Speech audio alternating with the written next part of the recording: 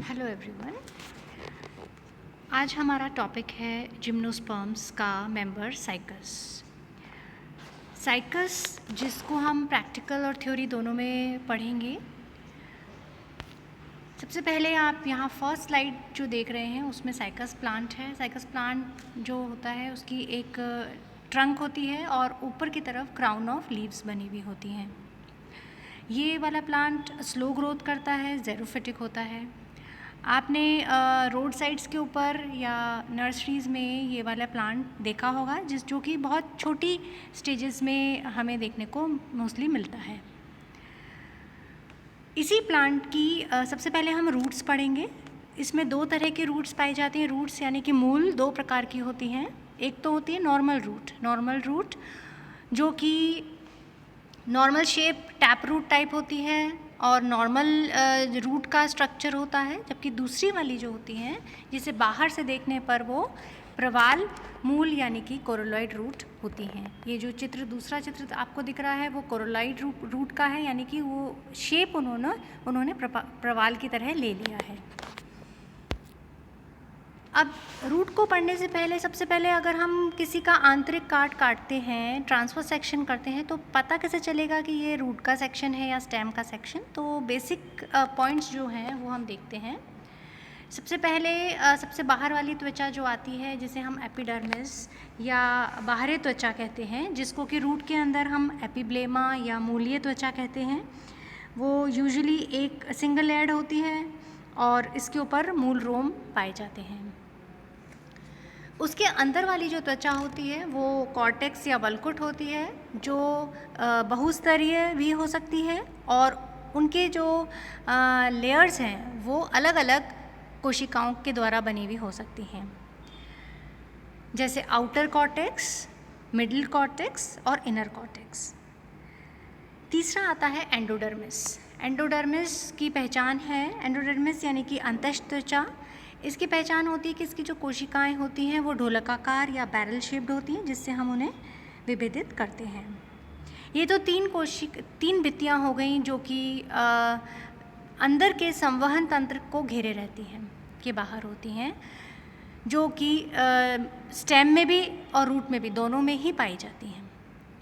इसके अंदर वाला क्षेत्र जो है उसको कहते हैं हम स्टील यानी कि रंभ, जो आपने फर्स्ट ईयर में पढ़ा था, स्टीलर सिस्टम। इसमें हमें दो लेयर्स होती हैं, जैसे कि सबसे बाहरी है पेरिसाइकल या परिरंभ, और अंदर वाला जो टिश्यूज़ होते हैं उनको हम बोलते हैं वेस्क्यूलर बंडल्स या संवहन पूल। वेस्क्यूलर बंडल्स जैसा कि हमने लोअर क्लासेस में पढ़ा ही है, दो मेन टिश्यूज़ होते हैं, जाइलम और फ्लोएम।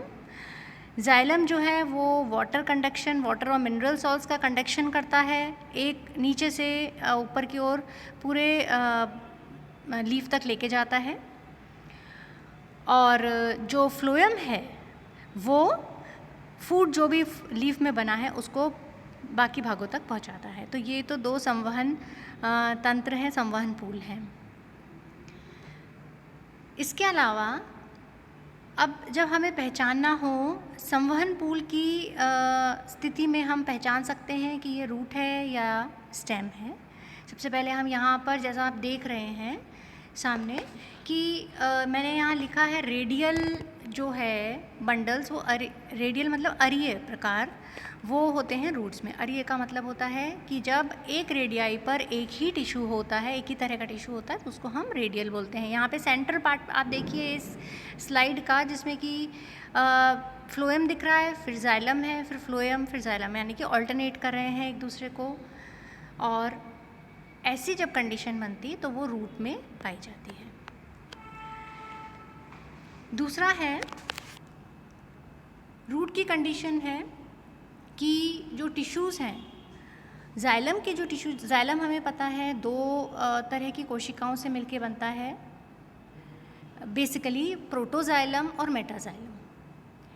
प्रोटोजाइलम जो होती हैं वो प्रिमिटिव प्रकार की होती हैं, पहले बन जाती हैं, और जो मेटाजाइलम होती हैं वो बाद में बनती हैं कोशिकाएं, वो बड़ी होती हैं कंपैरेटिवली। तो साइज़ को देखकर ही हम इन सेल्स को पहचान लेते हैं।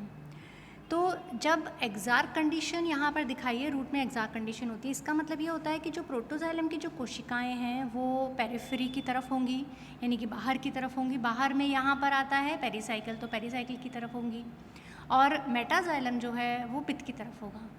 तो पोजीशन अपन देखते हैं प्रोटोजाइलम की, उसी के आधार पर हम बताते हैं कि ये एग्जार्क है या एंडार्क है।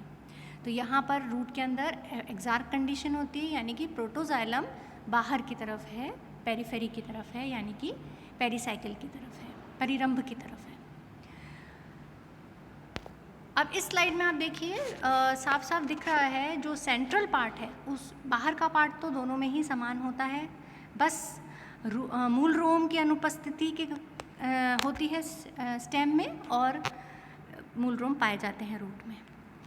अब सेंट्रल पार्ट जो है वहाँ आप देखेंगे तो रेडियल वेस्कुलर बंडल्स आपको यहाँ दिख रहे हैं रूट में, पहले वाले चित्र में। वहीं दूसरा वाला जो चित्र है उसमें बंडल्स में हैं दोनों, जाइलम और फ्लोएम दोनों जब एक ही बंडल में होते हैं तो ऐसी कंडीशन को हम कॉन्जॉइंट और कोलेट्रल वेस्कुलर बंडल्स बोलते हैं, जो कि स्टेम की कैरेक्टरिस्टिक होती है।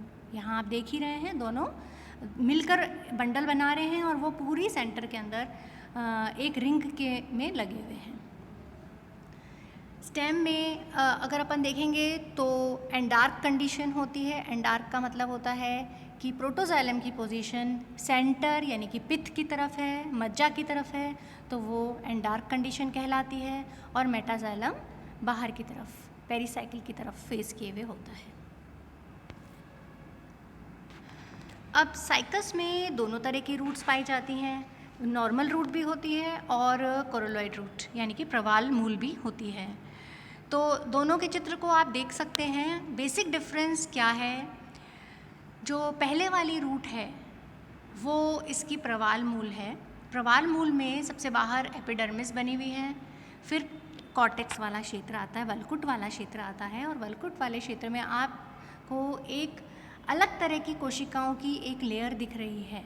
ये जो कोशिकाएं हैं ये कोशिकाएं कुछ बड़ी हो जाती हैं, रेडियली इलोंगेट हो जाती हैं, और इनके अंदर एक दूसरा ऑर्गेनिज़म रहने लग जाता है।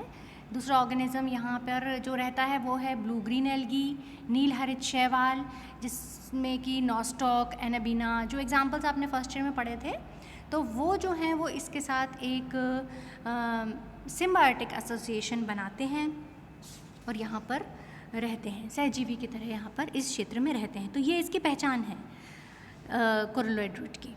अब सेंटर में हम आते हैं, सेंटर में वही है, तीन आपको ट्राई रेडिएट है, यानी कि तीन क्षेत्र आपको जाइलम के दिख रहे हैं और तीन ही फ्लोएम के दिख रहे हैं। जाइलम वाले में जो छोटी छोटी कोशिकाएं हैं, प्रोटोजाइलम जिन्हें हम कह रहे हैं, वो बाहर की तरफ हैं, यानी कि एग्जार्क कंडीशन यहाँ पर शो हो रही है। सबसे सेंटर वाला पोर्शन जो है वो पित्त बनाता है, पित्त यानी कि मज्जा, जो कि मृदुतकीय कोशिकाओं से मिलकर बनता है। अब दूसरा चित्र आपको जो दिख रहा है वो नॉर्मल रूट का है। नॉर्मल रूट में सबसे बाहर एपिब्लेमा है, उसके अंदर कुछ कॉर्क कोशिकाएं हैं, कॉर्क कोशिकाओं की कुछ स्तर हैं। कॉर्क कोशिका का मतलब होता है क्योंकि यहाँ पर द्वितीयक वृद्धि होती है, सेकेंडरी ग्रोथ होती है, जिसकी वजह से जो इसमें बार्क बनता है, तो यहाँ पर ये वाले क्षेत्र दिख रहा है। उसके अंदर आता है कॉर्टेक्स या वल्कुट क्षेत्र। वल्कुट क्षेत्र से भी आप पहचान सकते हैं कि ये नॉर्मल रूट है या प्रवाल मूल है, क्योंकि यहाँ पर उस तरह का सहजीवी वाला कोई भी क्षेत्र नहीं है, वो अनुपस्थित होता है। इसमें कुछ टैनिन की कोशिकाएं, टैनिन से भरी हुई कोशिकाएं पाई जाती हैं। फिर वही एंडोडर्मिस आता है, पेरिसाइकिल यानी कि परिरंभ आता है उसके अंदर, और अलग अलग जाइलम और फ्लोएम के बंडल्स पाए जाते हैं, क्षेत्र पाए जाते हैं, और सबसे सेंटर के अंदर यहाँ पर पित्त प्रेजेंट होता है। तो ये तो कुछ बेसिक डायग्राम से आपको पता चल रहा है कि बेसिक डिफरेंस क्या होता है नॉर्मल रूट और कोरोलॉइड रूट के बीच में। अब कुछ सेलिएंट फीचर्स हैं इसके कोरोलॉइड रूट के। सबसे पहले है ये मूल रोम का अभाव होता है। जैसा हम देखते हैं नॉर्मल रूट जो होती है उसमें बाहर की जो स्तर है वहाँ से कुछ मूल रोम निकलती हैं, पर कोरोलॉइड रूट में वो अनुपस्थित होती हैं। वल्कुट का क्षेत्र 3 क्षेत्रों में विभेदित होता है, बाहरीय, मध्य और आंतरिक। मध्य के अंदर एक जोन होती है, एल्गल जोन पाई जाती है, शैवाल क्षेत्र पाया जाता है और उसमें शैवाल उपस्थित होता है जो कि नॉर्मल रूट में अनुपस्थित होता है। फिर इसमें मध्य वल्कुट की जो कोशिकाएं थी जिनमें कि प्रवाल क्षेत्र था, जिनमें कि शैवाल उपस्थित था, वो अरीय दीर्घित यानी कि रेडियली इलोंगेट हो गई हैं, बड़े आकार की हैं और एक पूरी रिंग की तरह उसको क्षेत्र को कवर किए हुए हैं। इसमें नील हरित शैवाल या ब्लू ग्रीन एल्गी उपस्थित होता है। फिर अगला है कि इसमें द्वितीयक वृद्धि का अभाव होता है। जैसा हमने अभी देखा था कि नॉर्मल रूट जो थी उसमें बाहर की कोशिकाएं कॉर्क बना रही थीं और कि कई लेयर्स थी, तो यानी कि उसमें द्वितीयक वृद्धि सेकेंडरी ग्रोथ पाई जाती है और नॉर्मल रूट में और कोरोलॉइड रूट में वो अनुपस्थित होती है।